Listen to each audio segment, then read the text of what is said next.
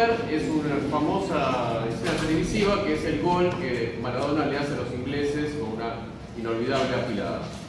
Eso no lo van a ver porque no funciona.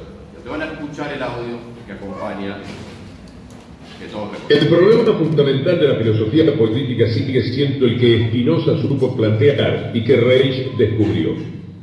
¿Por qué combaten los hombres por su servidumbre como si se tratase de su salvación?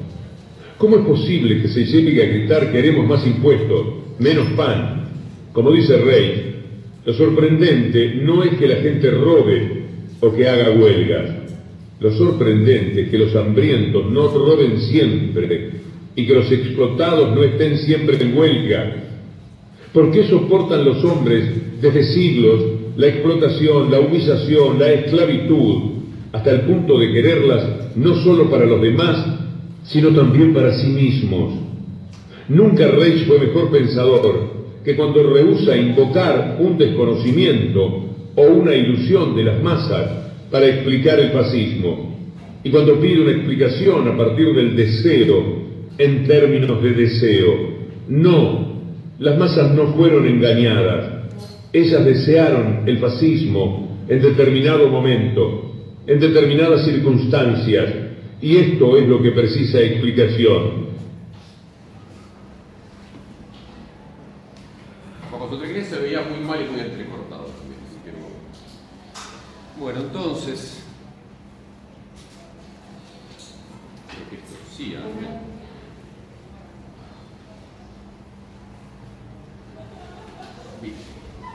Me asusta que falta parte del texto.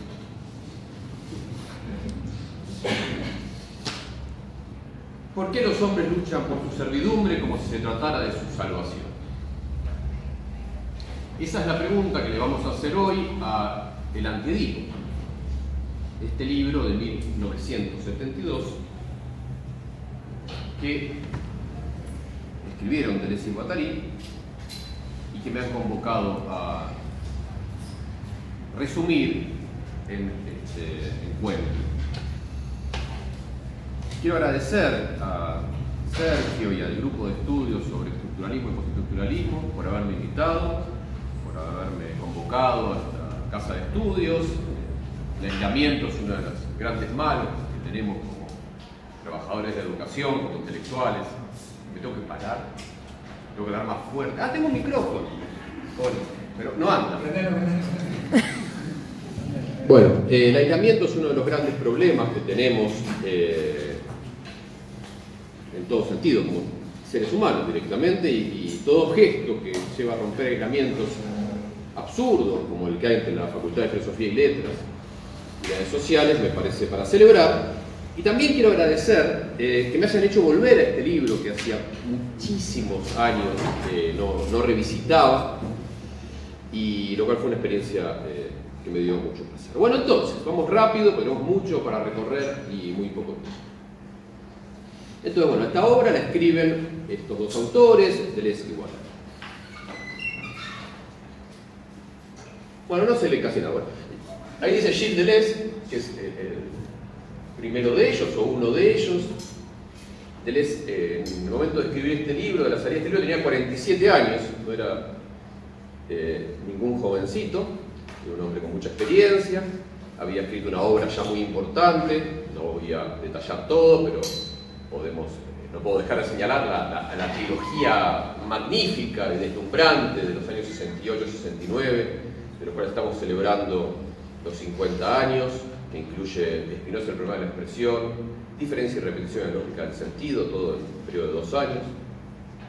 Y en 1969 también había empezado a dar clases en Vincennes, ¿no? Ahí es donde se lo ve, era un profesor sumamente popular.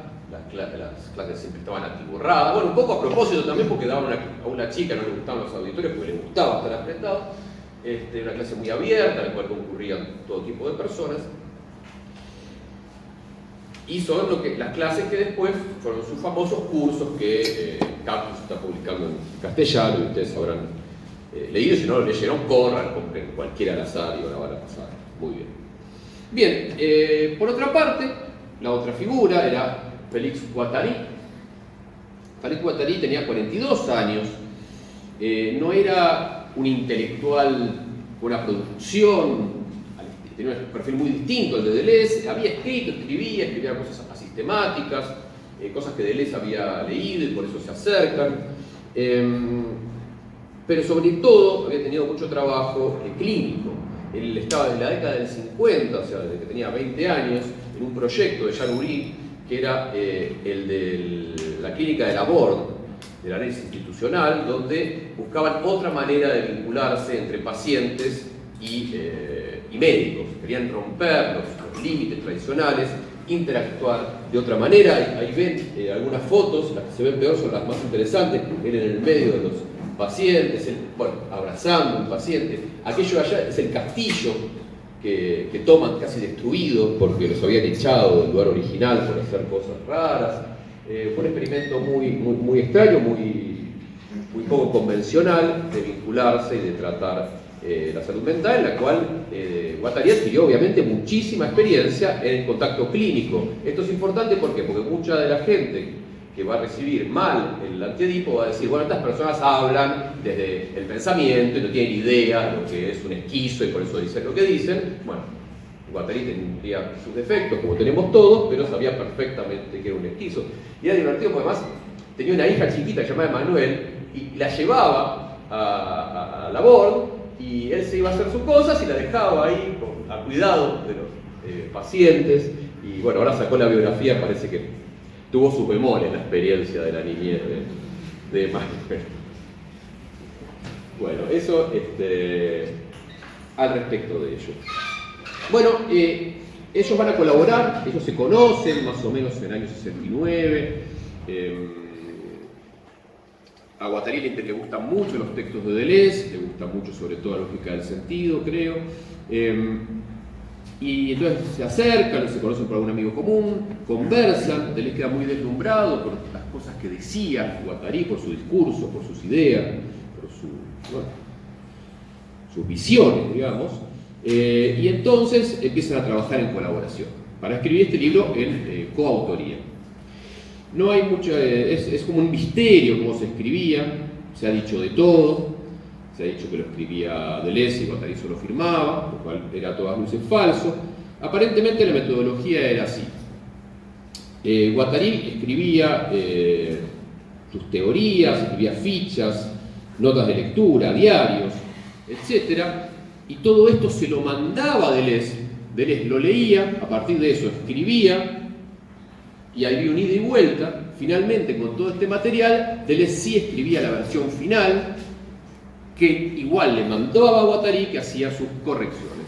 Todo esto está en este muy interesante libro, se llama Escritos para el Antiedipo, que compila justamente todos esos documentos que Guattari le mandaba a Deleuze.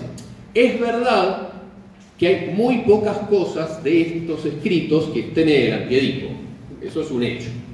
Pero también hay, por ejemplo, las correcciones que le mandaba Deleuze, lo cual también muestra que había de vuelta. Es muy interesante, igual en todo caso, el texto, y esa es aparentemente la famosa metodología de escritura.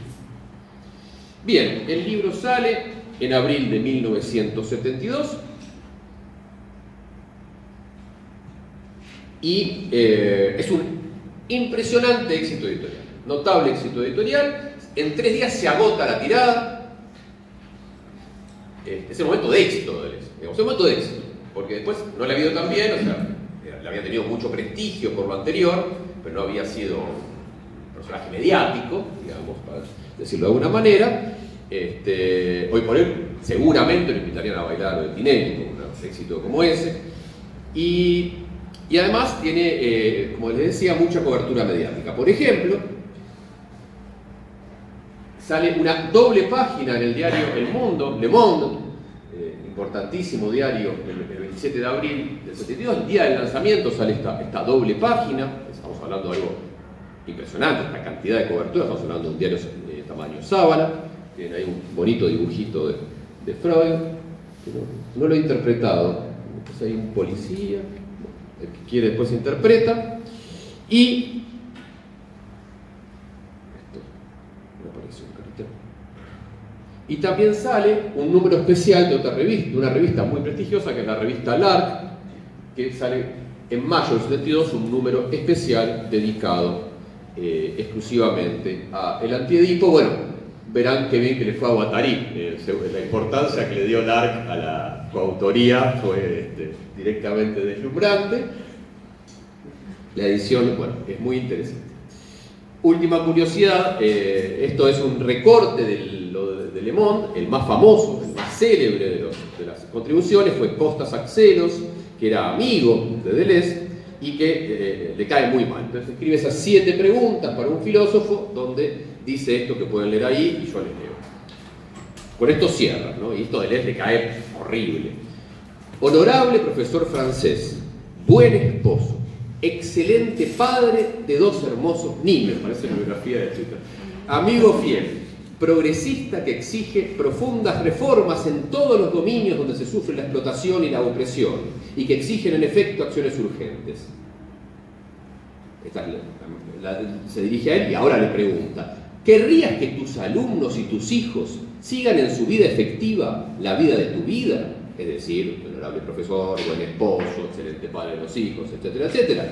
O, por ejemplo, la de Artaud, que reivindican tantos escritores. ¿Y cómo se comportaría la sociedad soñada respecto a estas vidas fulminadas? Bueno, claramente no le parece que la manera de vivir que plantea el Antiedipo haya que ser. Más repercusiones muy posteriores, esta, Rudinesco, en su Historia del Psicoanálisis de 1994, dice, cito, que es una obra repleta de groserías, errores y bestialidades. Bien, lo cual probablemente sea cierto. Pasa todo el tiempo. Eso se divierte, perdón si alguno de ustedes lo hizo, los idiotas se divierten con esas cosas. Digamos, el famoso affaire Sokal. Voy a leer las teorías científicas y voy a ver cómo no se adaptan y cómo no entendió bien la teoría de Einstein, de no sé quién, no sé cuánto. Bueno, ese no es el punto, no es lo importante. No está tratando de hacer ciencia ni reproducir ciencia, sino de hacer filosofía con elementos de otras ciencias. Así que el tema del campo psicoanalítico es un poco distinto, porque sí pienso que en ese caso estaban tratando de hacer un aporte. De hecho, hoy por hoy se siguen utilizando la idea del esquizoanálisis, de la clínica esquizoanalítica. Y voy a hablar yo sin saber. Mi sensación es que en general todos los aspectos del libro que debaten con el psicoanálisis han perdido bastante actualidad. Como que eran discusiones muy urgentes en el momento y que parecían necesarias, o sea, le llega a dar el nombre, el Antiedipo, o sea, está dirigido. Y sin embargo, si uno lee el libro, eso parece haber, por una parte, perdido la actualidad, se meten ciertas discusiones totalmente perimidas. Bueno, si alguno de ustedes sabe de esto, juzgará, ¿no? Pero se entiende a lo que apunto. O sea, me parece raro que hoy alguien diga: cuidado con los psicólogos y la trampa de Edipo, ese es el gran problema que tenemos en este momento. Si logramos salir de ahí, saldremos del capitalismo. Ese razonamiento claramente parece perimido y, a mi entender, no es el razonamiento que hacen Deleuze y Guattari. En este libro, por lo menos, no es el principal. La propuesta para hoy es leer este libro de la manera que yo siempre lo he leído y la manera que me parece que lo transforma en un libro extraordinario. Es decir, como una obra de filosofía política, no como un libro de clínica psiquiátrica ni de discusión con el psicoanálisis, sino como un gran libro de filosofía política. ¿Por qué es un gran libro de filosofía política? Porque hace las dos cosas que tiene que hacer un libro de filosofía política. La primera es presentar una solvente metafísica. Una solvente metafísica que además, a mi entender, está fuertemente basada en los desarrollos ontológicos que Deleuze, en forma individual, había desarrollado en Diferencia y Repetición. Cuando releía, para charlar con ustedes hoy, este libro los otros días, notaba muchísimas afinidades, de las cuales no voy a tratar esta charla porque no es el tema. Entonces esta es una metafísica voluminosa, por decirlo de alguna manera, la cual y un esfuerzo por mostrar su aplicabilidad a problemas políticos, a pensar las relaciones sociales, las estructuras políticas. Las dos cosas que tiene que hacer la filosofía política. Son las dos cosas que hace este libro. Se me olvidó una hoja. Y todo en torno a un problema de total actualidad. ¿Por qué luchamos por nuestra servidumbre? Como si se tratara de nuestra salvación. ¿Por qué hacemos lo que hacemos? ¿Por qué votamos lo que votamos y tenemos la vida que se sigue de esas elecciones? ¿Por qué lo hacemos? Pregunta de total actualidad, y de hecho el audio de Víctor Hugo Morales con el que empezamos leyendo esto es de hace menos de 2 meses. Bien, la pregunta, si ustedes recordarán lo que es la lectura de Víctor Hugo, la pregunta de él es la toma de Spinoza, es la pregunta que Spinoza supo plantear. Spinoza la plantea en la introducción al Tratado Teológico Político. ¿En qué términos la plantea Spinoza en aquel libro del siglo XVII? En ese prólogo, en términos de la superstición. La respuesta sería la superstición. La superstición es la manera en que la religión es usada para el poder monárquico para que los hombres luchen por su servidumbre como si tratara de su salvación. Esta es la tesis explícita de Spinoza en el parágrafo al cual hace referencia Deleuze. Traducido a nuestros días sería como decir: nosotros luchamos por nuestra servidumbre, por nuestra salvación, por el uso de los medios que usa el neoliberalismo. Sería el mismo razonamiento ayornado. Razonamiento, a mi entender, superficial, verdadero, pero insuficiente. Hay que rascar un poco más. Claramente Spinoza lo hace, porque Spinoza, en realidad, cuando habla de superstición, desde el punto de vista de la ética demostrada, ¿no?, en modo geométrico, va a mostrar que la superstición es lo que él llama el primer género del conocimiento, y el problema político es cómo salir del primer género hacia el orden de las relaciones, cosa de la que no vamos a hablar hoy, pero que si les interesa, van, se compran en medio de Spinoza las clases que publicó Cactus, que si no las leyeron, las compraron, van, las compran hoy mismo. Auspicia esto. Por eso, yo auspicia, pidió que los nombres por lo menos 3 veces. Es así. Si no me pagan nada, pero me obligan, exigen lo mismo que en una charla. Bueno, entonces, me perdí. Bueno, ahí van a encontrar. Lean ese libro y ahí van a ver cómo la superstición es el primer género de conocimiento y cómo la tarea política es salir del primer género de conocimiento. Bien, pero nosotros vamos a hacer lo que dice Deleuze y Guattari aquí, que es en términos en los cuales Wilhelm Reich ha sabido plantearlas. Wilhelm Reich escribe ese libro, La psicología de masa del fascismo, donde plantea justamente esta tesis. Y la plantea en los términos que Deleuze la quiere plantear y que son en los cuales la voy a plantear yo en este encuentro. Es decir, en términos de deseo. La pregunta debe ser planteada en términos de deseo. Deseamos la servidumbre. Deseamos la servidumbre incluso en contra de nuestro interés consciente. El famoso argumento: ¿cómo puede ser que fulano vote a Macri si le fundió la empresa, le vino una factura de 5.500 millones de pesos y además se la van a actualizar en 24 cuotas por lo que perdió la pobre? ¿Cómo puede ser? En términos de deseo. Esto tiene que ser explicado en términos de deseo. La persona no le interesa, no le conviene y sin embargo lo desea. Obviamente, si usted no quiero estar generando ninguna expectativa, voy a explicar el mundo imposible de comprender en el cual vivimos. Voy a plantear lo que dice Deleuze acá, que por cierto no suscribo por todo. Bueno, esta es la idea, digamos, en la cual él define este problema del... bueno, no sé qué pasó. Esto funcionaba bien en casa. Bueno, arriba dice doble, una palabra en francés que es investissement, que se traduce, la traductora desde el antiedipo traduce por catexis, que no quiere decir nada, a mi entender. Se traduce también por carga o por investidura, en forma más. Es lo que el deseo hace, teóricamente, cargando ciertos objetos, ¿no? Estos objetos, nosotros ponemos nuestro deseo y le damos un valor mayor al que realmente tiene. Por ejemplo, el celular, ¿no? El celular está cargado de deseo. Muy bien.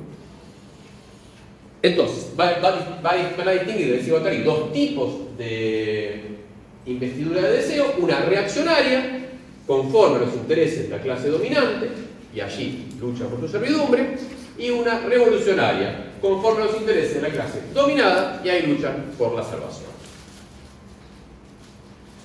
Suena tonto, pero bueno, es así. Ya me hice, tuve una hora para hacer esto. Qué bueno. Moriremos. Bueno, igual todavía no tocaba, así que vamos a hacerlo. Bueno, entonces, importante, las investiduras reaccionarias no son ideologías, no son opiniones que yo tengo, que uno tiene como individuo respecto de ciertos valores, de ciertas cosas o de ciertas personas que habitan el mundo, ¿sí? El ejemplo no es, el celular lo cargo en mi deseo, es algo que me pasa a mí con un objeto externo que se llena de mi deseo individual. Esto no es lo que pasa. No es algo que a mí me pasa, porque, como se ve claramente en la animación que está a continuación,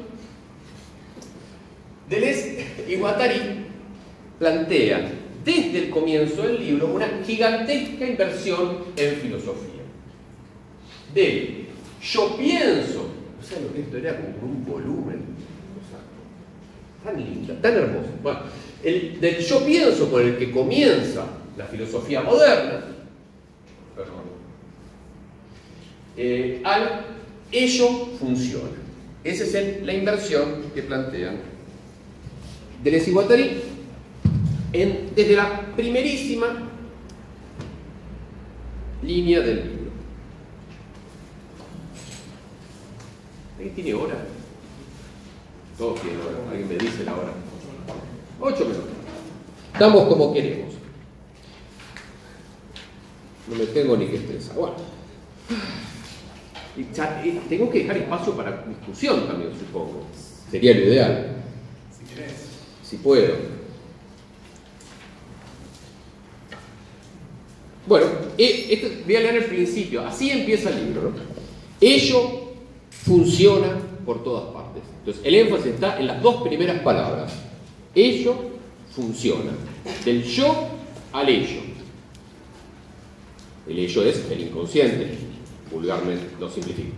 Ello funciona por todas partes, bien sin parar, bien discontinuo. Ello respira, ello calienta, ello come. Ello caga, ello coge. Perdón, es palabra de ello. Ello coge. Qué error haber dicho el ello. En todas partes máquinas, y no metafóricamente. Máquinas de máquinas, con sus acoplamientos, sus conexiones. Una máquina órgano empalma con una máquina fuente. Una de ellas emite un flujo que la otra corta. La teta es una máquina que produce leche y la boca una máquina acoplada a aquella. La boca del anoréxico vacila entre una máquina de comer, una máquina anal, una máquina de hablar, una máquina de respirar. Crisis de asma. De este modo todos somos bricoleurs, cada cual sus pequeñas máquinas. Es el bellísimo inicio del libro y donde, cuando ya es, además de todo el provocativo lenguaje y atractivas imágenes, lo que está planteando es justamente que ello funciona, no es el ello, no es una sustancia, sino algo que funciona, y funcionando se produce a sí mismo, produce el inconsciente. La autoproducción del inconsciente a través del funcionamiento del ello y de la producción deseante. Las máquinas deseantes que se conectan en la síntesis colectiva con la que estamos empezando y van a producir el inconsciente, de manera que rápidamente presentaré en minutos. Y además producen el mundo, lo que podríamos llamar vulgarmente el mundo. Dice el textual, la producción deseante es causa real del mundo que experimentamos, lo cual da sentido a una muy famosa frase de este libro, tan famosa como el anterior, que es: el deseo produce lo real. El deseo produce lo real. No quiere decir que mi deseo produce la realidad, una especie de psicosis alucinatoria eficaz. No. Quiere decir que los deseos no son justamente, quiere decir que los deseos no son sueños, no son fantasmas. No es algo interior, ni es algo individual. No es que el inconsciente es una estructura psíquica de mi individualidad. El inconsciente es trascendental. Esto también son palabras textuales de Deleuze y Guattari. Trascendental en el sentido deleuziano. Digo deleuziano ahora y no de Deleuze y Guattari porque son los términos que lo plantean diferencia y repetición. Condición genética de la experiencia real. O sea, la condición que hace que se produzca la experiencia que realmente tenemos del mundo.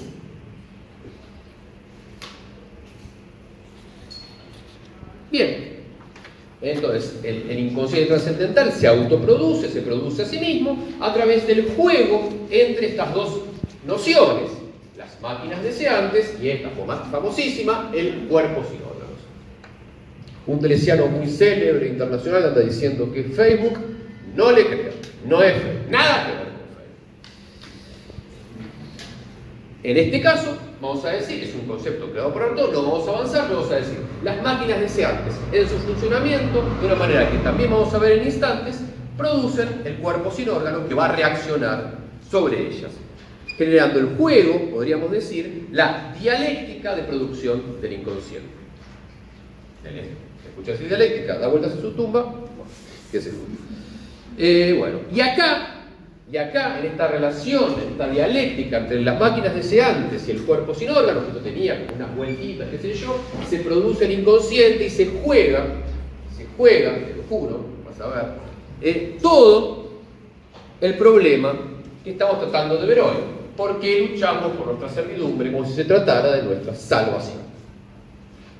¿Cómo ello funciona? Ello funciona, pero ¿cómo? No hemos dicho cómo, hemos afirmado, empieza describiendo, pero ¿cómo?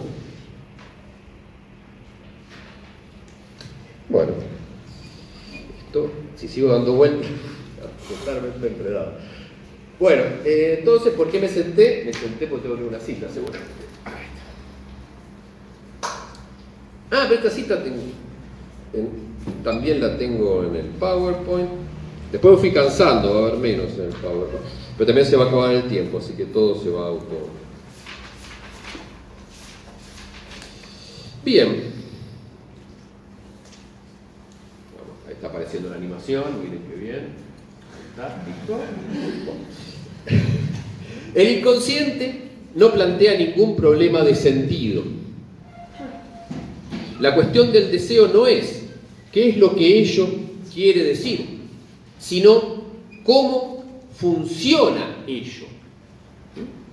Ello funciona. Ahora, ¿cómo funciona? Acá, página 114, está retomando el problema planteado al principio del libro. ¿Cómo funcionan las máquinas deseantes? Las tuyas, las mías. ¿Qué fallos forman parte de su uso?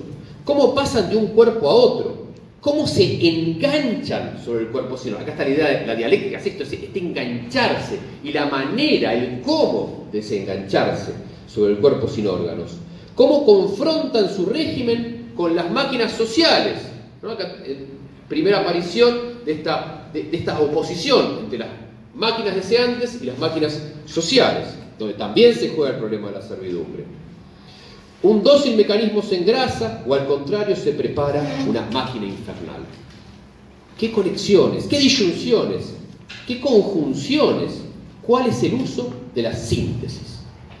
Ello no representa nada, pero ello produce. Ello no quiere decir nada, pero ello funciona.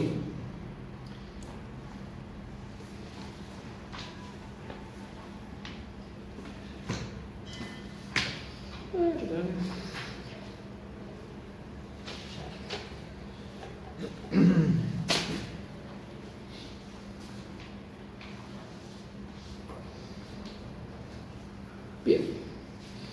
Entonces, la represión del deseo es efectuada, como señalé, como aparece acá, por las máquinas sociales. La represión del deseo es efectuada por las máquinas sociales o formas de socios, ya iremos sobre eso, pero no es un ente extraño, trascendente, no es que está el deseo ahí como el hombre natural, viviendo lo más contento, cultivando y juntando frutos de los árboles, y de pronto viene la máquina social y le jode la vida. No funciona así, no funciona así, ¿no? El mismo deseo que se autoconstituía a través de la relación entre máquinas deseantes y cuerpos sin órganos, va a investir, va a cargar, es decir, va a producir, engendrar las máquinas sociales que lo van a reprimir.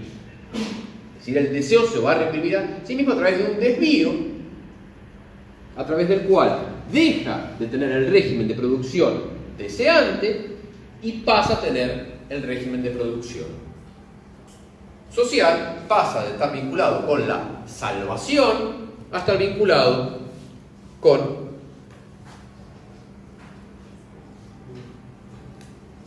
la otra palabra que ahora.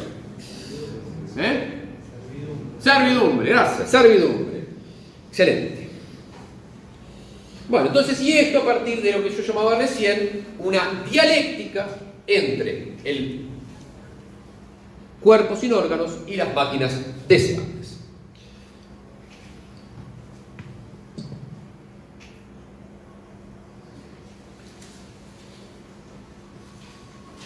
Pero no lo tengo que dejar, si no, ¿cómo voy a leer? Atención. Leo salteado también, esto viene muy rápido en el libro, pero leo salteado para que vean esto que quiero decir. Entonces, vienen máquinas deseantes, ¿sí? La teta, la leche, todo ese asunto. El producir un producto, una identidad producto-producir, máquinas deseantes. Precisamente es esta identidad la que forma un tercer término en la serie lineal, un enorme objeto no diferenciado. Todo se detiene un momento, todo se paraliza, luego todo volverá a empezar. En cierta manera, sería mejor que nada marchase, que nada funcionase, no haber nacido, salir de la rueda de los nacimientos. Ni boca para mamar, ni ano para cagar. Entre las máquinas deseantes y el cuerpo sin órganos, esto que aparece es el cuerpo sin órganos, instancia de antiproducción, de detenimiento. Entonces, entre las máquinas deseantes y el cuerpo sin órganos, sigo leyendo, se levanta un conflicto. Creemos que ese es el sentido de la represión llamada originaria o primaria. Es esta repulsión de las máquinas deseantes por el cuerpo sin órganos.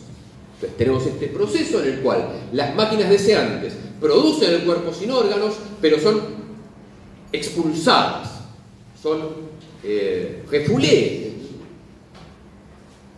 expulsadas por el mismo cuerpo sin órganos que habían producido.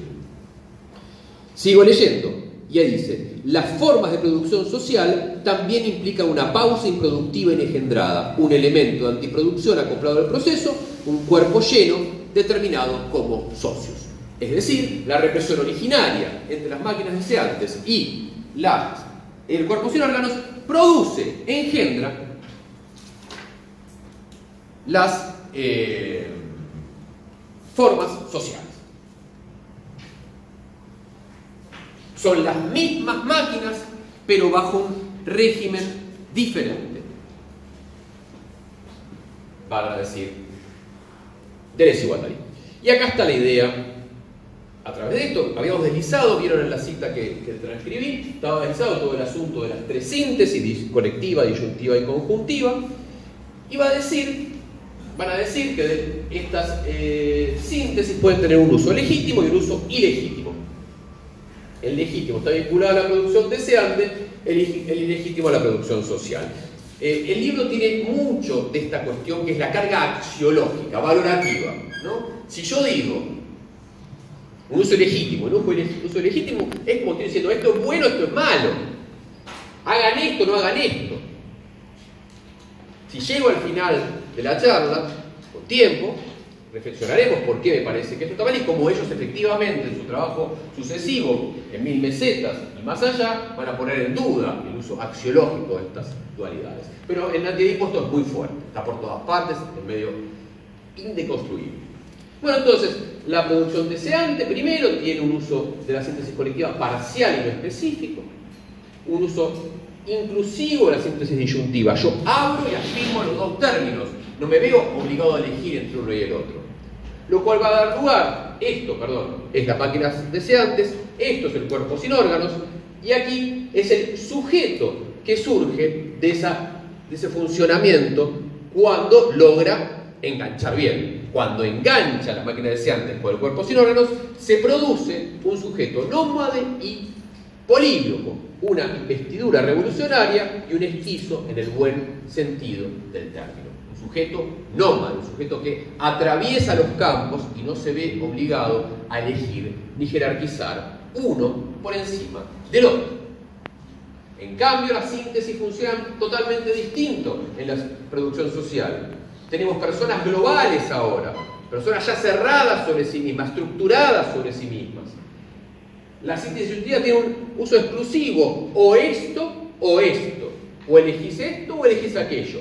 No podés elegir las dos cosas al mismo tiempo. Lo cual lleva a una constitución subjetiva, segregativa y unívoca, que es la clave de la investidura reaccionaria. Es la clave de la investidura reaccionaria y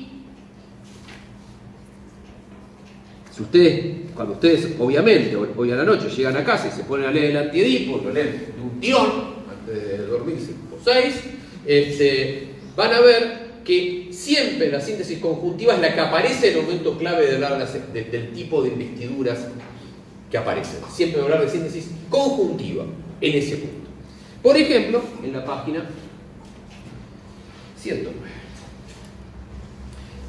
Existe, pues, un uso segregativo de las síntesis conjuntivas en el inconsciente que no coincide con las divisiones de clase, aunque sea un arma incomparable al servicio de una clase dominante. La segregación no es de la clase dominante por los dominados ni viceversa. No coincide, esto lo sabe cualquier persona. En este uso, el que constituye el sentimiento, es este uso el que constituye el sentimiento de ser de los nuestros, de formar parte de una raza superior, amenazada por los enemigos de afuera. Así el blanco descendiente de pioneros, el irlandés protestante que conmemora la victoria de sus antepasados, el fascista de la raza de los señores. Edipo depende de un sentimiento nacionalista, religioso, racista y no al inverso. El sentimiento racista, segregativo, produce a Edipo. Produce Edipo. ¿Por qué? Porque acá es la otra clave. Podríamos decir que ontológicamente la producción deseante precede ontológicamente la social, pero en el mundo la producción social precede a las individualidades. Primero la sociedad, después los individuos, después las familias, después Edipo. Al final del proceso no existen hombres sin sociedad, no existen individuos solos y aislados. La creencia del individuo solo y aislado es el resultado del mayor desarrollo de las fuerzas productivas, es decir, el capitalismo, que es el que produce, según la tesis de este libro, a Edipo, que no lo pensemos psicoanalíticamente, sino como esa individualidad cerrada sobre sí misma, atrapada sobre sí misma y segregando a todas las individualidades y creyéndose que, siendo un individuo aislado, es la raza superior, no depende de nadie, porque él trabaja y su fuerza, se merece todo y el otro que se joda. Esa subjetividad es producida por la producción social, no es algo espontáneo que crece como los hongos cuando hay un desierto. Bien. No. Morirás. O hace joder ustedes, esto es fundamental. Ahora sí que no van a entenderlo. Bien, lo que este hermoso gráfico que Deleuze y Guattari insertan en la conclusión del libro, se observa lo que yo les estoy contando. Bueno, acá vamos a contarlo entonces. Tenemos un triángulo. En este momento nos interesa que acá tenemos el cuerpo de la tierra, el cuerpo despótico y el cuerpo del capital, que son las tres formas de socios o cuerpos sociales. Acá abajo dice cuerpos sin órganos y acá tenemos una flechita. Digamos que el cuerpo sin órganos es de intensidad 0 y luego, en el momento de la represión originaria, se genera un pico de intensidad que va hasta la punta del triángulo. Esto es todo muy esquemático, pero muy útil para la comprensión inicial.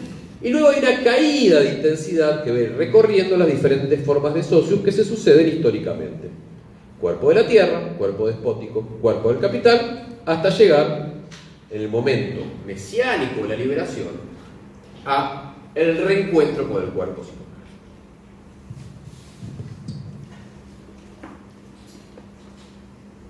Bueno, 8. Las 8 y 2. No sé por qué digo. Estamos bien, estamos bien. Bien, estamos bien. Bueno, entonces, repasemos. Bueno, en serio es una pena que no se lea, porque mi idea era estudiar estos términos. Bueno, no importa. No me quiero imaginar lo que va a hacer con el próximo. Bueno, entonces, el cuerpo de la tierra, que también a lo largo del libro, el capítulo 3 del libro es el que trata específicamente sobre la teoría política y describe estas tres distintas formas de organización social y se llama salvajes, bárbaros y civilizados, ¿no? Los salvajes corresponden al cuerpo de la tierra, los bárbaros al despótico y los civilizados al capital. Tiene, claro, la cosa tiene un cierto historicismo, ¿no? Y sobre todo con la flecha, ¿no? Como que primero viene uno, después viene el otro y al final un mesianismo secularizado donde, bueno, encontramos el momento de liberación y de pura libertad. Esto es un defecto del planteo, pero es un defecto que hay que matizar. En primer lugar, Deleuze y Guattari repiten en muchas ocasiones a lo largo del libro que la historia es la historia de la contingencia y no de la necesidad. La historia de la contingencia y no de la necesidad quiere decir que no puede haber una sucesión necesaria, sino que si no hay asombrosos encuentros, ninguna forma de socios va a aparecer. Primer punto. Segundo punto. Lo que Deleuze y Guattari, a mi entender, están tratando de hacer, más que marcar un historicismo en el cual ellos nos creen a todas luces, es marcar que existen diferentes formas de socios, romper con las visiones que existían y que siguen existiendo, muy reduccionistas en política, ¿no? Como está en esta forma, la política es esto, ¿no? Entonces, bueno, la política es el Estado. Esto en la cátedra de filosofía política de la Facultad de Filosofía y Letras era el dogma mientras Jorge Dotti era el titular, que en paz descanse, lo extrañamos infinitamente, pero en esto no, y justamente porque podemos discutir, lo extrañamos tanto, él decía, no, si no hay Estado no hay política. Entonces Deleuze y Guattari dicen, ¿cómo que no? Esto es política, esto es política, esto es política, y acá no hay Estado, ¿no? Las sociedades primitivas son sociedades sin Estado, sociedades, en todo caso, contra el Estado. Si el Estado tiene un lugar, es un lugar de conjura. ¿Sí? Las sociedades primitivas organizan sin necesidad de la figura del Estado, el jefe no ocupa, de la tribu no ocupa el lugar. Bueno, esto es muy desarrollado, unas páginas muy complejas, muy difíciles, muy hostiles, donde recurren a la antropología estructural y postestructural. No sé si ustedes han trabajado antropología en el proyecto, bueno, fue un quilombo, no les puedo ni narrar. Lo que yo podría sacar en limpio en esto, que entre las discusiones que ellos destacan, es la importancia de las marcas en el cuerpo. O sea, fundamental como forma de escritura primitiva para marcar los códigos primitivas, son sociedades de código y codificación, y esto se hace a través de marcas corporales. Luego, la discusión muy importante con, aparentemente, por lo que entiendo de este libro y por lo que he leído de los autores con los que ellos discuten, que las tribus, la organización tribal, no es fundamentalmente de filiación, es decir, de padres hacia hijos, como herencia, sino de alianza entre tribus heterogéneas. Esta es la tesis, a mi entender, que más define. Bien, eso respecto al cuerpo de la Tierra. Entonces, el cuerpo de la Tierra que no es una sociedad con Estado. Entonces, no es verdad que todas las sociedades son con Estado. Pero por otra parte, distingue Estado de capital. Si el cuerpo despótico es, digamos, la figura del Estado. La figura del Estado se distingue del capital. Si bien el capital va a subsumir el Estado, y ahora vamos a ver que da una importancia central al aparato de Estado en la represión social del capitalismo, a pesar de ello, teóricamente están marcando una clara distinción en las dos formas de socios y marcando de que no se identifican para nada y que se distinguen unas de otras. ¿Por qué? Porque allí donde la tierra codifica, el cuerpo despótico va sobrecodificar. La metáfora es la de los ladrillos, ¿no? Las tribus son los ladrillos y viene el imperio, vienen las grandes bestias brutas y rubias, se apropian de la producción de estas comunidades primitivas, las sobrecodifican y construyen el imperio.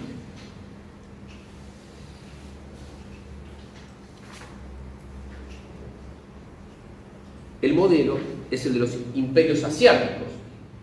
No toma el Estado moderno europeo, no toman el Estado moderno europeo de Deleuze y Guattari para construir esto, sino las sociedades de tipo asiático que Marx tanto había analizado como alternativa al capitalismo. Bien, entonces hay historicismo, pero también hay una insistencia en la contingencia y también una insistencia en un punto importante que hay que destacar, que es la heterogeneidad de las formas de relación social. Y quedará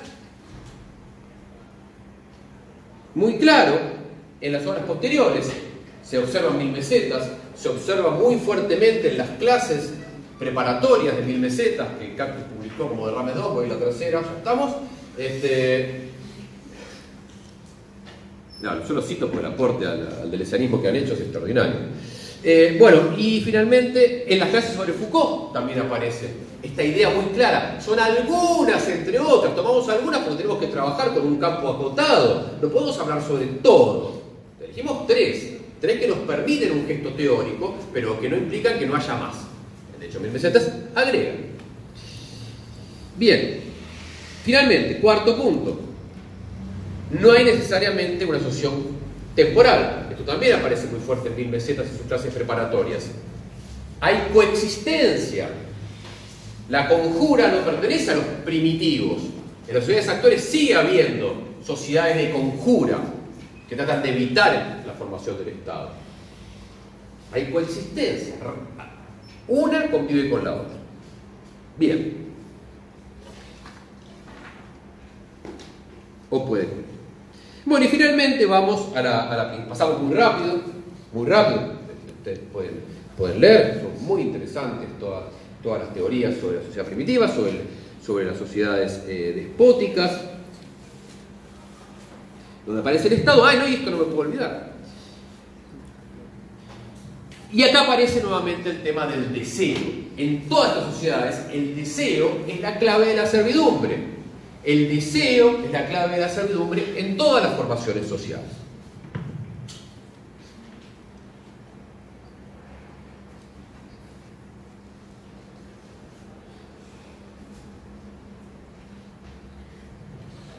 Leo la página 228. El Estado es deseo que pasa de la cabeza del déspota al corazón de los súbditos. De la cabeza del déspota al corazón de los súbditos. Y de la ley intelectual a todo el sistema físico que de él se origina o se libera. Deseo del Estado. La más fantástica máquina de represión todavía es deseo. sujeto que desea y objeto de deseo. Deseo que pasa de la cabeza del déspota al corazón del sujeto. Bien. Y luego el capital. Llegamos a la actualidad. Llegamos a la tragedia que vivimos cada día. Allí donde las sociedades primitivas codificaban, las sociedades despóticas sobrecodificaban apropiándose de los códigos primitivos para construir los grandes trabajos. El capitalismo va a decodificar, va a romper los códigos, los va a abrir, los va a partir, los va a desarmar, construyendo los flujos que lo van a constituir. Digámosle breve, el trabajo estaba atrapado en los códigos feudales, en los siervos de la gleba, estaban atrapados en su tierra, donde tenían que cultivar. El capitalismo rompe esos códigos y libera a los esclavos. Y ahora ustedes no son más siervos, ahora ustedes son libres de vender su fuerza de trabajo, libres y desnudos, con solo eso, para ir a comerciar por el mundo. Ese es un claro ejemplo de codificación fundamental, porque el capitalismo se constituye, para Deleuze y Guattari, en la conjunción. Nuevamente tenemos la síntesis conjuntiva. ¡Sí! ¡Vamos todavía! Después dicen que la Argentina no va para adelante.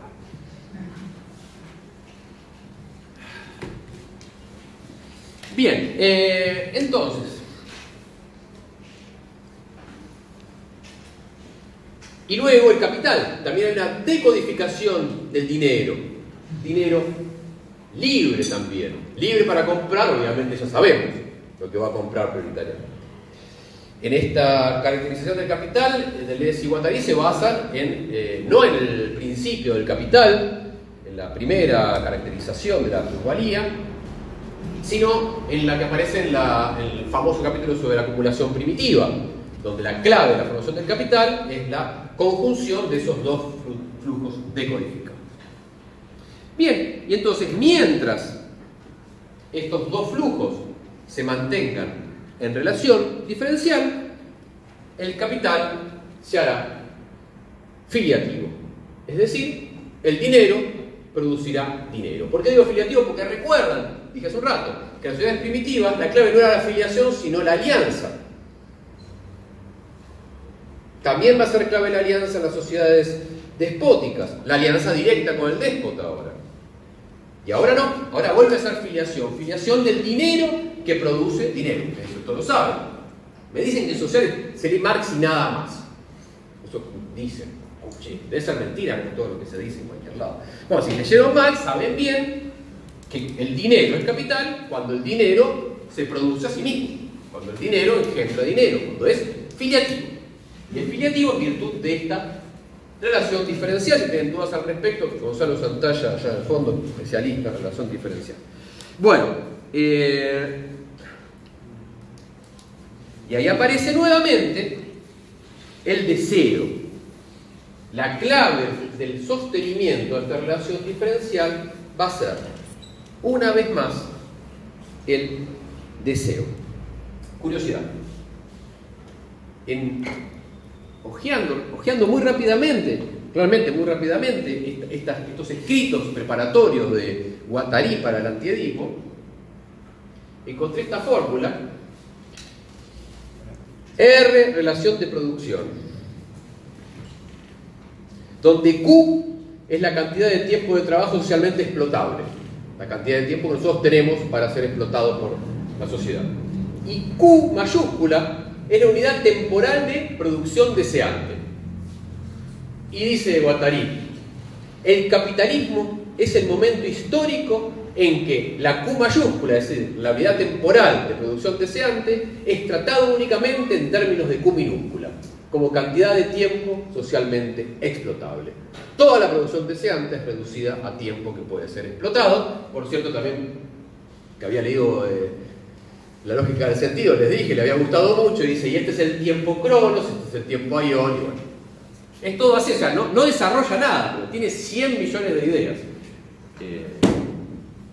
Quizás Deleuze no cita todo porque no era posible escribir 100 tomos. Bien, leemos otra cita. ¿Ahora? Muy bien. Muy bien, muy bien, muy bien. Bueno, 2.37. Esta la tengo que leer también porque leímos la del deseo del Estado, hay que leer la del deseo del capitalismo, si no, porque los hombres luchan por su sentido, que nos están en situación en términos de deseo, no funciona el hilo conductor.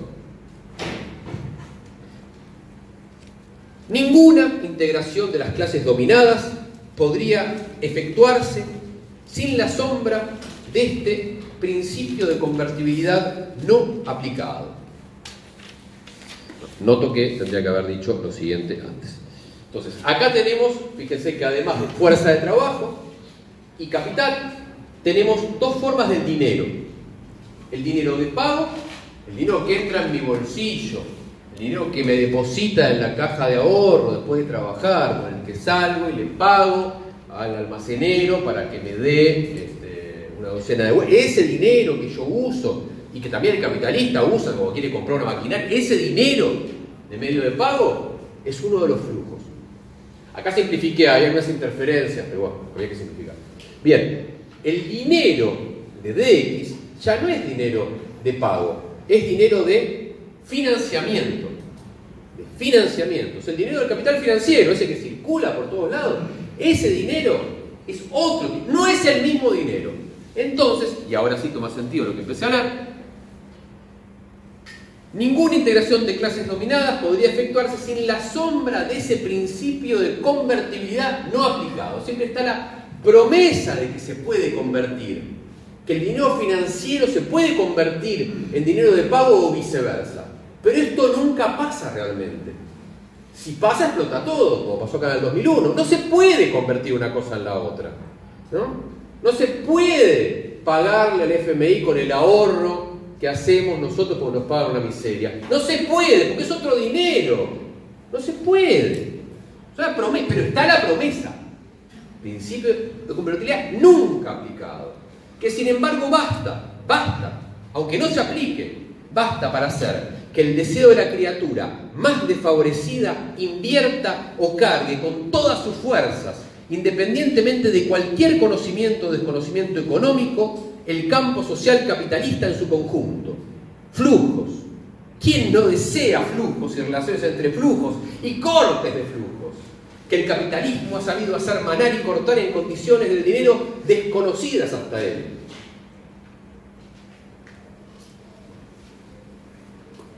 ¿Quién no desea? Y ahí ustedes lo vieron, ¿no? Mirando la pantalla de la casa, ¡uy, subió el dólar, bajó el dólar, subió el dólar, bajó el dólar! Le baja, fascinado, todo el mundo está fascinado. ¿Qué pasa con todo ese dinero financiero? Viene, nos prestan, nos traen. La China nos pone el Banco Central y las reservas, todo mentira, no es nada todo eso.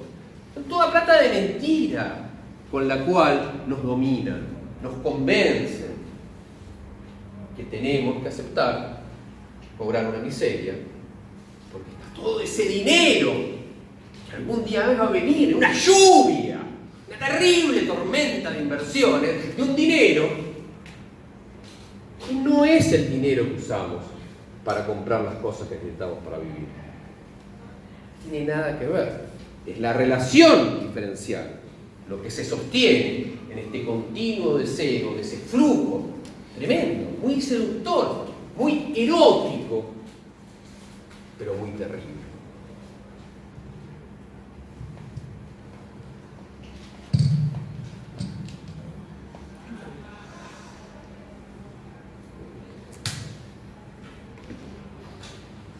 Bueno, Deleuze y Guattari, siguiendo una larga tradición marxista, identifican dinero y Estado. A pesar de que ya tienen todo para explicar cómo funciona el capital a través del deseo que pasa de un lugar a otro, sin necesidad de un tercer término, no pueden evitar atribuirle al Estado la función que ellos llaman de recodificación. Pues hasta ahora hemos dicho, el capital decodifica. Ahora, si se decodifica mucho, si se decodifica demasiado, voy a volver a una imagen que no se ve, esto no se ha hecho nunca, seguimos para abajo, decodificamos y llegamos al cuerpo sin órganos. Esto se ve mucho más claro, bueno, no creo, igual de mal. No, esta se ve, ¿eh? Todo así. Ah, miren, acá se ve. Bueno, los misterios de la tecnología son insondables. ¿Ven? Acá lo ven todos los cuerpos, la línea, ¿no? Bueno, ya lo voy a usar de vuelta, así que por haberlo estado. Bien, entonces acá vemos todo. Vemos primero, ven que cambia el esquema, ¿no? Acá es claramente escatológico, ¿no? Cuerpo de la tierra, cuerpo despótico, cuerpo del capital dinero, cuerpo lleno de órganos, con el proceso esquizofrénico de desterritorialización que va para allá. Ahora, entonces, para que esto no pase, para que el proceso no continúe, existen las diferentes formas de reterritorialización sobre cada uno de los cuerpos. El deseo vuelve sobre los cuerpos y vuelve y refluye en una recodificación que compensa la decodificación. Digo todo esto, todas estas palabras, primero porque son famosos, pero se pueden ir de acá sin haberlas escuchado por lo menos 30 veces. Segundo, porque justamente ese es el rol del Estado en el capitalismo, recodificar los flujos decodificados. También es el rol del psicoanálisis. Bien, tenemos todos los elementos para dudar la verdad de estas afirmaciones, que el Estado tiene solo este rol, que se identifica con el dinero. Claro, porque dice producen dinero. El Estado produce el dinero, ¿saben? Pero producir el dinero no es producir el capital.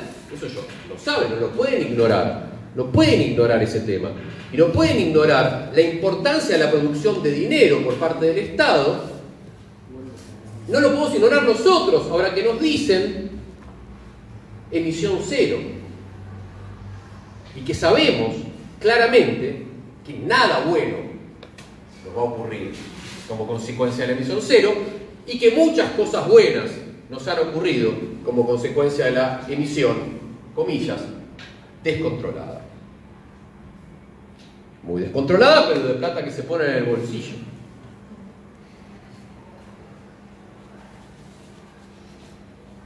Está bien, de vagos, planeros, ya sé lo que ustedes están pensando, pero el bolsillo alto. Y por otra parte, el capitalismo y el Estado, el dinero y el Estado, el rol de los bancos centrales para controlar los flujos de dinero capitalista es fundamental.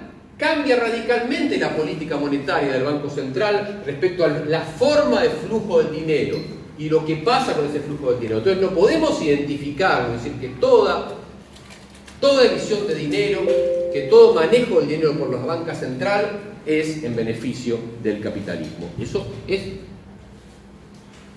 La batería se está agotando.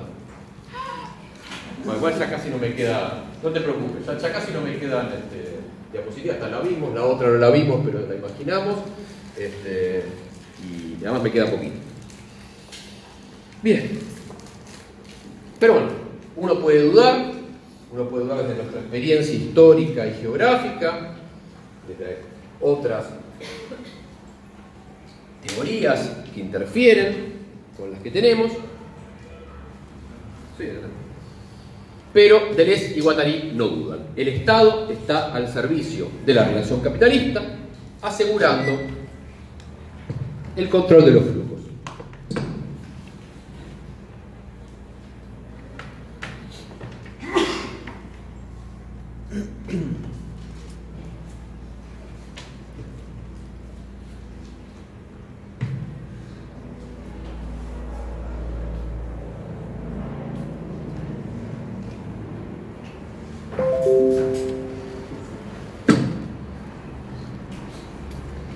Bien,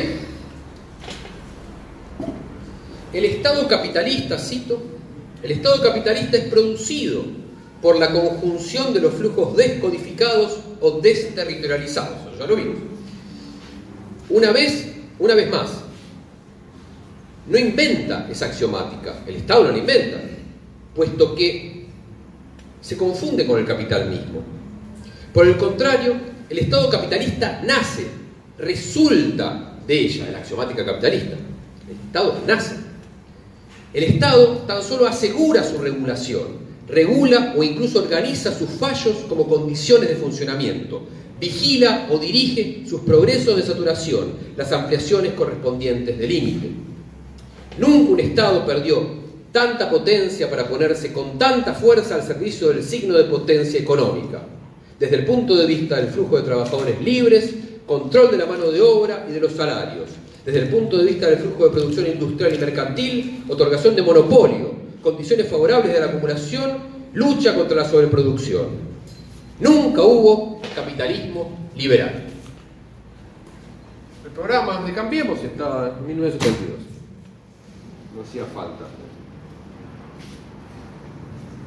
ir muy lejos. Pero no es la única forma de estar. Bien, entonces así, con esto, que el proceso vaya demasiado lejos. Que la esquizofrenia propia del capital, el proceso esquizofrénico propio del capital, no vaya demasiado lejos. Que desde el punto de vista social volvamos a revitalizarnos sobre el cuerpo de capital dinero a través de las neurosis edípicas como entidades familiares, y que la esquizofrenia se transforme en entidad clínica. El esquizofrénico no es una entidad clínica, es un proceso que cuando es bloqueado queda ahí. Pero eso es porque fue transformado en una entidad clínica, no porque esencialmente es. Esencialmente es proceso. Es ese proceso el que hay que seguir para poder. Pero hay que impedir que vaya demasiado lejos.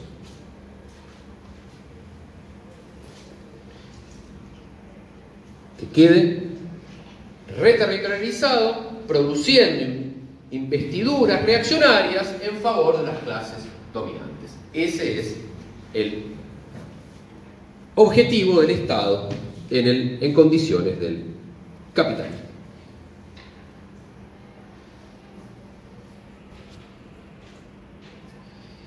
Y volvemos, ya acercándonos hacia el final, volvemos a Reich, en la página 265, o sea, mucho tiempo después, muchas páginas después, volvemos al autor de la psicología del fascismo.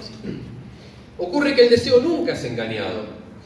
El interés puede ser engañado, desconocido o traicionado, pero no el deseo. De ahí el grito de Reich.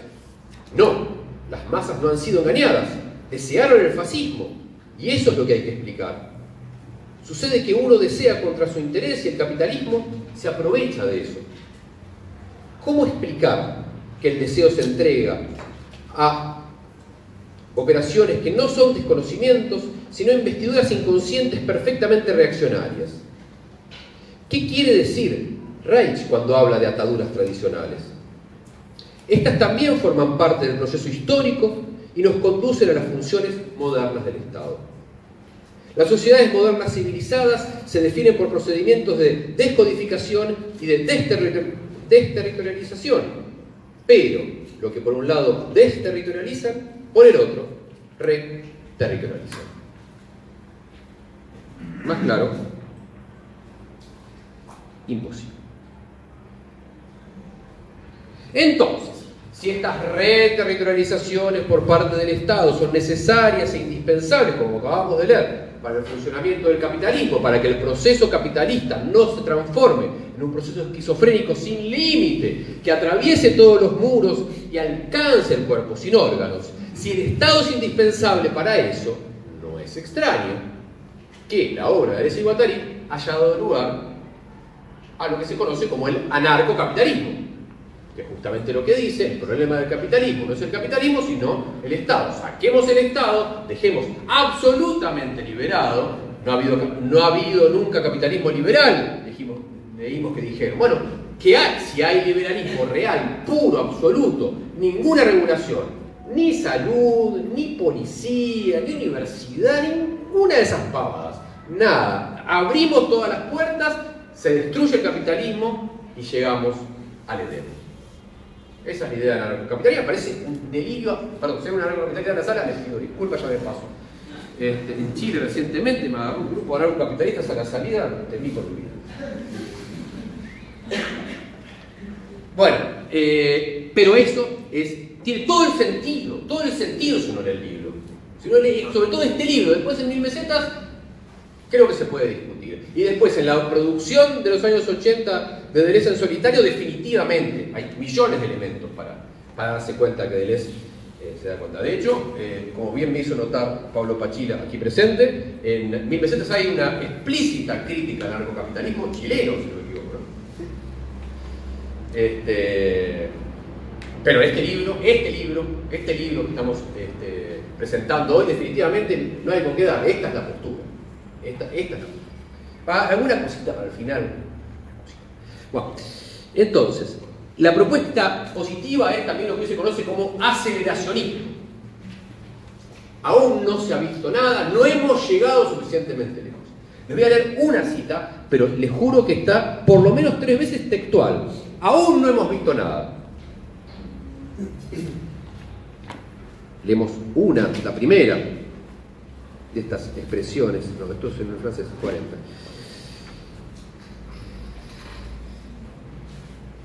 La decodificación de los flujos, la desterritorialización del socius forman de este modo la tendencia más esencial del capitalismo. No cesa de aproximarse a su límite, que es un límite propiamente esquizofrénico. El capitalismo es el protagonista de la frase. Tiende con todas sus fuerzas a producir el esquizo como el sujeto de los flujos decodificados sobre el cuerpo sin órganos. Más capitalista que el capitalista, más proletario que el proletario. El esquizo que el capitalismo produce. Tender siempre hacia lo más lejano, hasta el punto que el capitalismo se enviaría a la luna, como Berbisky, con todos sus flujos. En verdad, todavía no hemos visto nada.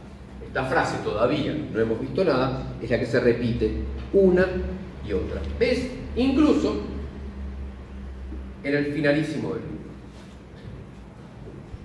Leímos el principio, leemos el final, prácticamente no hay que leer más nada. Citamos varias cosas del medio. Realizar el proceso, no detenerlo ni hacerlo girar en el vacío, ni darle una finalidad. Nunca se irá bastante lejos en la desterritorialización, en la descodificación de los flujos. Pues la nueva tierra, no la tierra de los salvajes, sino la nueva tierra que es el cuerpo. Si no, la nueva tierra no está en las reterritorializaciones neuróticas o perversas que detienen el proceso o le fijan fines. Ya no está ni más atrás ni más adelante. Coincide con la realización del proceso de la producción deseante, ese proceso que se haya ya realizado en tanto procede y mientras procede. Siempre tenemos que ir un poco más lejos. ¿Ahora? Y medio. Nos va a quedar un ratito para preguntas que en general no podré contestar porque no conozco el libro de punta a punta como para responder preguntas al azar, ¿no? Haremos lo mejor que podamos. Bien.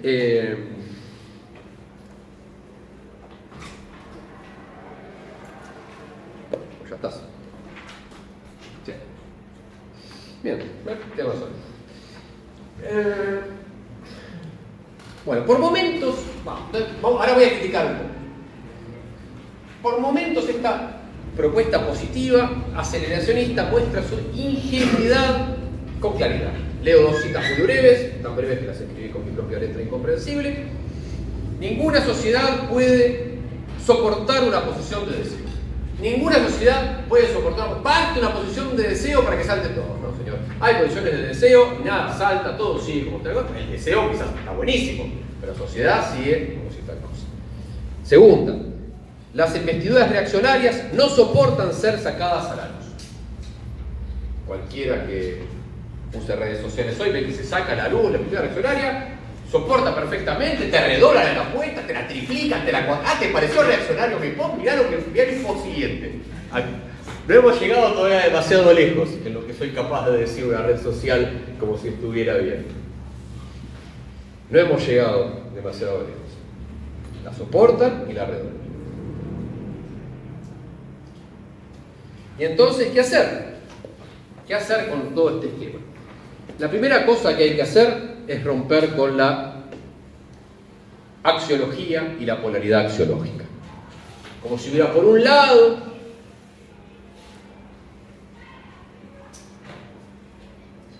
producción social buena, por otro lado el acto fallido, producción deseante buena, producción social mala. Esto en realidad es un error bastante grave, porque están confundiendo lo empírico con lo trascendental del psicoanalismo cuando hacen esto.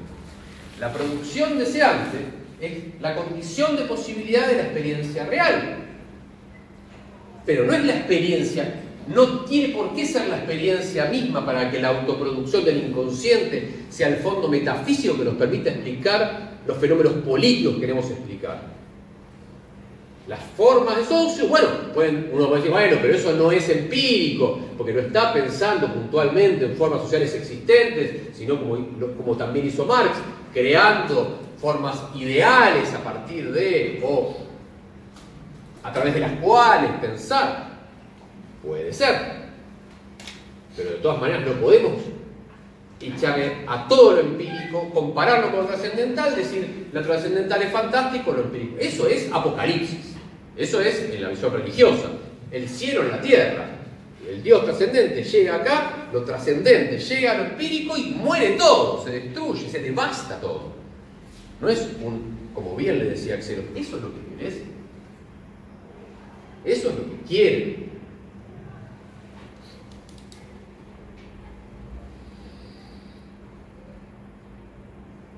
Y ellos, incluso en este libro, por momentos, un momentito encontré, ¿no? Donde dicen, página 216, no hay molecular sin molar. Son términos muy famosos que no introduje, pero que ustedes pueden insertar rápidamente en el esquema, están aquí, ¿no? Lo molar tiene que ver con la producción social, con muchas más otras cosas, es más amplio. Y lo molecular con la producción deseante. Pero acá muestran que no es que, bueno, usted si quiere lo puede leer así, puede decir, bueno, esto está abajo, está cerca del cuerpo sin órganos, pero también lo molar. Sino con esta idea, ya no pensando en el eje vertical, sino en esta especie de péndulo entre la paranoia, es decir, formaciones sociales que producen represión, y la esquizofrenia como liberación de la producción deseante. Quizás la cuestión puede ubicarse en algún tipo de estas oscilaciones, en alguna ubicación dentro de las formas sociales, buscando la forma de socius, la forma social, que pueda ser el espacio para la liberación del deseo, que pueda ser el espacio para que no seamos solo concebidos como tiempo explotado. No te explotás lo suficiente. Puede haber un espacio social que dé lugar a la producción deseante, a las multiplicidades, a las diversidades, a las minorías, que las proteja, que las potencie, que les dé sus condiciones de posibilidad de producción y de enriquecimiento. Y yo me resigno a dejar de llamar a ese lugar el Estado. Muchas gracias.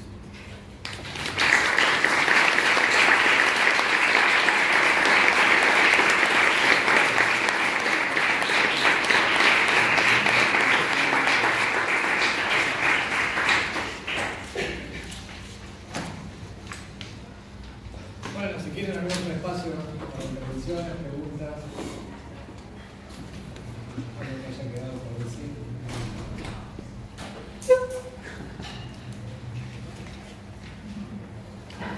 Ahí está Guattari con Lula, sacándolo de la cárcel. Y ahí está Deleuze armando la jugada de ajedrez para el armado político, para ganarle a Macri el año que viene. Diciendo, claro, no, muevo este para acá, armo este con este.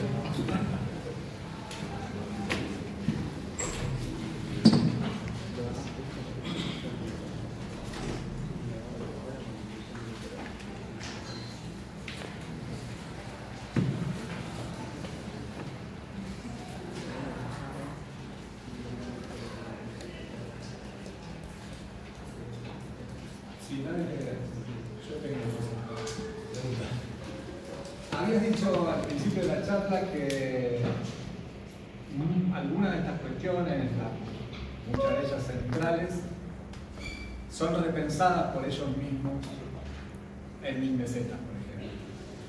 ¿Puedes agregar algo, ampliar un poquito, ver para vos cuáles son esos lugares? Bueno, hay muchos, algunos los mencioné. ¿Vos tenés algo en mente en particular? O sea, ¿de qué cuestión yo había dicho esta es repensada? No, más la que nombraste al final, a lo mejor la que vas a usar. No, mira, la axiología aparece varias veces. Hay que evitar el error axiológico.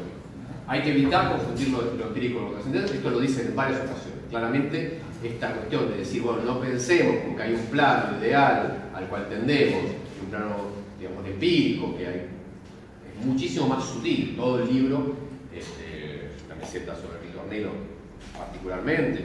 Y después, como te decía, al desarrollar mayor cantidad de formas de organización social, aparece mucha más flexibilidad en el manejo y en la relación.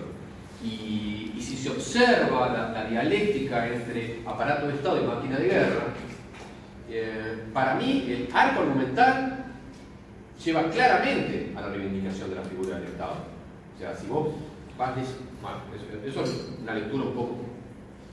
Vieron que Deleuze decía que había que hacerle hijos en la espalda, eso es una lectura un poco así la que yo hago. Pero hay elementos, o sea, son de él, son de ellos, porque aparece este arco argumental, y yo pensé, no, pero no, el Estado no, pero el desarrollo del Estado es mucho más largo, es más interesante, todo lo que hacen en torno al impuesto, a la tierra, 3 cabezas del capital.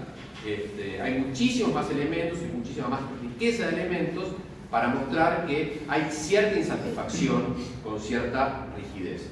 Se pueden seguir haciendo lecturas como esta, pero no es como el antiguo, parece que tiene mucho menos material para tratar de romper un poco este esquema, que vuelvo a decir, para mí tiene que ver con una larga tradición marxista y obviamente con una situación europea, lo que significa el Estado en Europa, lo que significó las medidas en contra del Mayo francés para ellos. Yo entiendo que es muy duro, que ellos podían tener mucha antipatía con el estado de bienestar, pero también eran personas inteligentes que veían todo el tratamiento del tercer mundo, con los trabajos a partir de Samir Amin, que también lo toman acá, pero es más breve, también permiten matizar un poco. Y ni hablar en las clases preparatorias para 1000 mesetas, donde aparecen todas las cuestiones que están charlando con Lula, donde aparece todo el problema del mercado interno, ¿no? La axiomática, agregar axiomas, quitar axiomas, ¿no? Y en un momento dice, no, pero ojo, que está el problema del mercado interno, la producción del mercado interno, en América Latina no es lo mismo, qué pasa con las plantaciones de azúcar. Bueno, hay un montón de elementos que muestran que la cosa no está tan cerrada, etc. Sin embargo, paradójicamente, 1000 mesetas es leído todavía más en esta clave, sobre todo por este inicio con Rizzo. Y mi hipótesis es que Deleuze se deprime bastante con la recepción de 1000 mesetas. Y que toda la obra inmediatamente posterior, todos los discursos inmediatamente posteriores, pueden ser leídos en la clave de decir, pero ojo, también tenemos que armar cuestiones, tenemos que construir situaciones que sean flexibles, que sean abiertas, tengan otra lógica, pero que permitan preservar cierta forma de subjetividad, ciertas construcciones colectivas. Ser prudente. Sí, pero sí dice eso, no es solo prudencia, ese es el tema. La prudencia es, bueno, no pasarse de mambo con la droga y hacer una sobredosis. Eso es ser prudente. Bueno, parece el tema de la droga bastante por ahí. Pero no, que lo lee, cuando Foucault lee Diferencia y Repetición, le pone en el teatro filosófico y las drogas, no sé qué, hacen un desarrollo que Deleuze no hacía, y decía, che, no digas esto, ¿qué van a pensar de nosotros? Pone Deleuze al costadito, bueno, ¿qué van a pensar de nosotros? Ahí sí. Pero la prudencia no es cuestión de prudencia, es cuestión de buscar elementos de construcción para poder sostener toda la teoría de las minorías. Exige, como se ha demostrado con la ley de identidad de género, por ejemplo, la importancia del contexto estatal legal para proteger el desarrollo de las minorías. Si las dejan liberadas a su suerte, las aplastan, quedan aplastadas. Y si uno las quiere valorar, tiene que encontrar las condiciones. Obviamente no es un Estado despótico, no es un Estado que está hablando que venga de la cabeza del déspota a mi corazón, ¿sí? No es un Estado capitalista que hace que yo vuelva a caer sobre las formas que me han arruinado la vida, pero se puede seguir pensando en organizaciones sociales alternativas, con los elementos de visión.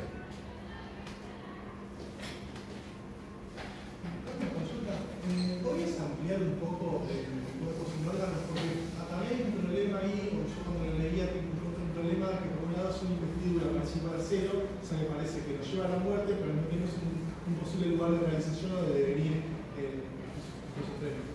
Sí, bueno, más o menos por lo que yo, vamos a retroceder, es lo que yo trataba de plantear. Es una intensidad igual a cero. Como tal, si vos la pensás en forma ontológica, digamos, ¿no? Como algo real, como algo experimentable directamente, por la intensidad cero no la puedes experimentar.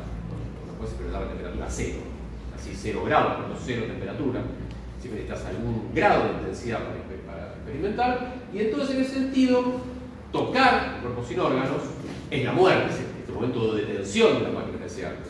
Pero al mismo tiempo, como nunca realmente es cero, lo que genera es justamente esta repulsión, esta tensión, esta energía que genera como punto de referencia para todos los grados de intensidad, ya sea socialmente, ya sea cuerpo sin órganos, es el huevo que dice, lo hay que pensar también, como a partir de la intensidad cero, que si existiera el huevo no se desarrolla, pero sí es el lugar a partir del cual las diferentes intensidades pueden construir diferentes desarrollos embrionarios, pueden ser pensados. Para mí la contradicción se resuelve ahí. Además, más allá que el tema de la muerte tiene sus duplicidades, el tema de las dos muertes de Blanchot. Y después charlas con Sol que crece, ya con Antíoco te explican todo en su especialidad, que son las dos muertes. Pero conceptualmente ese es el tema. Si uno lo piensa como una instancia que tiene que estar en juego con las máquinas deseantes, entonces ahí encontrás como que nunca pudo cuerpo sin órganos. Es un momento de detención, pero a partir del cual se produce todo lo que hay. Cuerpo sin órganos puro no hay. Y si lo hay, no muere. Si vos cerrás todo, no comes más, no cagás más, qué sé yo, es más de anorexia. Es un momento en que su investidura del cuerpo sin órganos es tan grande, se muriendo. Muy importante el tema de la anorexia, porque justamente de eso las cosas que trata de desarmar es que el problema de la anorexia es el tema de la comida, de engordar, entonces, la cuestión estética, ay, me veo gordo, no es una pavada, es una relación con el cuerpo sin órganos, que hay que justamente buscar que el proceso se desenvuelva de tal manera de que sin resignar investiduras sobre el cuerpo sin órganos pueda generar algún tipo de intensidad que haga posible la vida. O sea, dejar que el proceso se desarrolle. Si el proceso se detiene, es la muerte.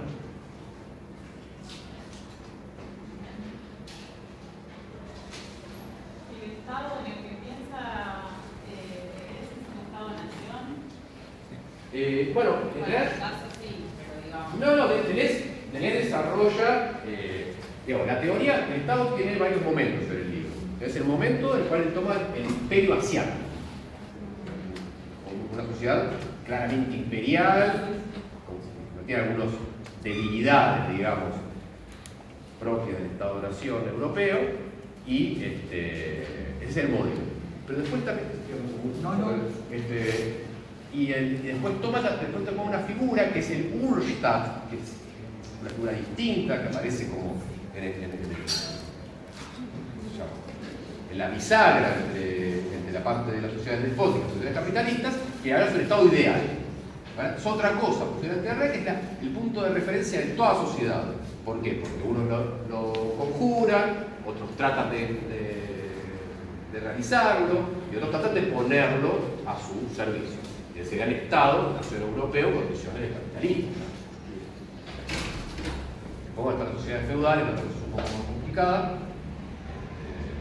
también tengo la misma discusión. Estado-nación europeo es el que ya está a servicio del capitalismo.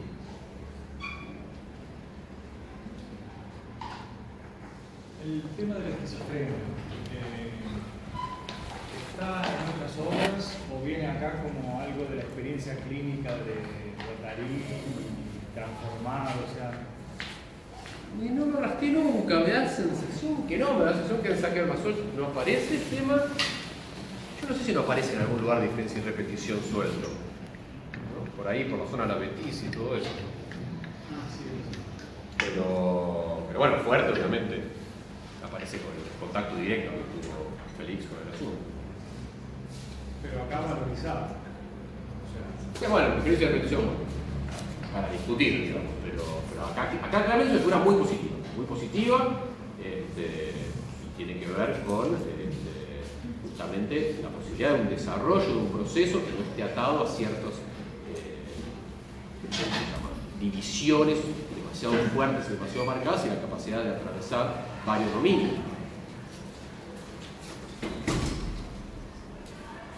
¿Se ve algún tipo de límite planteado? ¿O esto, no sé? No, el límite es para ser atravesado. Hay límites que tenés que En el avanzar. planteo de desigualdad. Sí, el límite es un problema, no es problemático. ¿Es esto totalmente negativo? Totalmente negativo. Breve, corto. Pero hay que avanzar y dejarlo desarrollar. En esta obra. Una consulta con respecto a ese esquema y lo que hablábamos recién de los límites. Si esa línea última que separa el cuerpo sin órganos de los demás estados es adrede, y con respecto a las otras que son punteadas, Sí. o es simplemente para cerrar el Sí, yo gráfico. creo que hay un cambio de naturaleza, no es lo mismo el pasaje de una sociedad a otra que el pasaje al cuerpo sin órganos. Sí. Pero, sin embargo, ellos, el proceso ven que cruza esa línea. La pueden usar, sí, pero cuando la cruzan hace todo. Claro, pero se piensa en la posibilidad del cruce. O sea, es una posibilidad. La diferencia entre el límite y el umbral, que me gustaba, el ejemplo aparece en Meseta, estaba mucho en esto, pero lo usa también el abecedario. El borracho que va al bar y sabe distinguir entre el límite, que sería la línea punteada acá, pero vos te tomás, voy a tomar un paso más, que es mi límite, y al día siguiente vuelvo a tomar. Entonces, mantener una línea punteada, o sea, es un límite, o sea, te pasa mal, una resaca, te vas a morir, y el umbral es, bueno, te vas al hospital, es bonito. No hay retorno. La curva última. Una consulta. No termino de comprender cómo es que fue la reproducción deseante. ¿Cómo fue la reproducción deseante a partir de, como dicen ellos, primero entiendo que esta diferenciación en estados es a modo de justificador porque identifico que debe haber otro tipo de codificación que no sea a nivel sociedad completa, que puede ser a nivel familiar o distintas formas. Sí, pero siempre, eso lo dicen muchas veces, pero siempre primero viene el social. Por lo que ya leí una cita que decía, no va a haber nunca Edipos si primero no hay. La sociedad. Primero la sociedad, después la familia, después el individuo. Okay.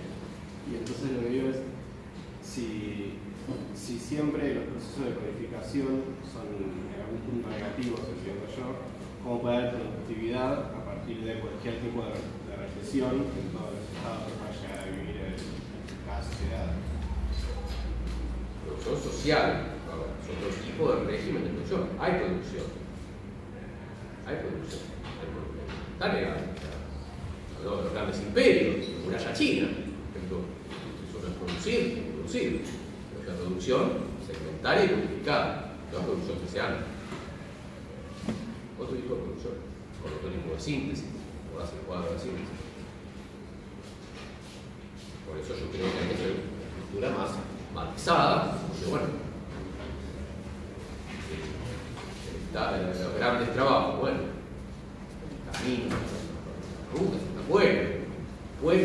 bien. No es todo negativo. Pero bueno, cuando está el texto hay una nota continua, entusiasmo hacia la codificación absoluta, hacia el accionismo, etc. Pues son condiciones, pensar el año que lo produce.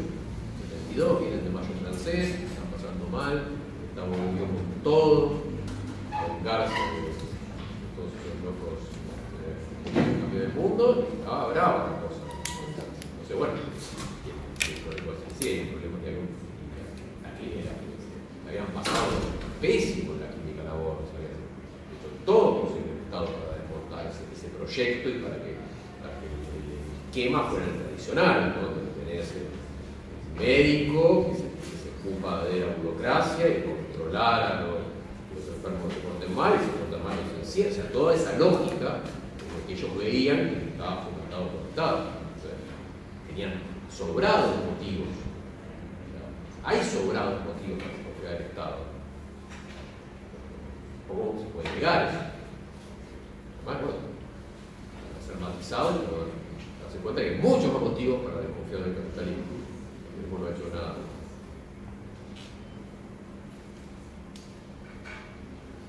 Vamos, celular.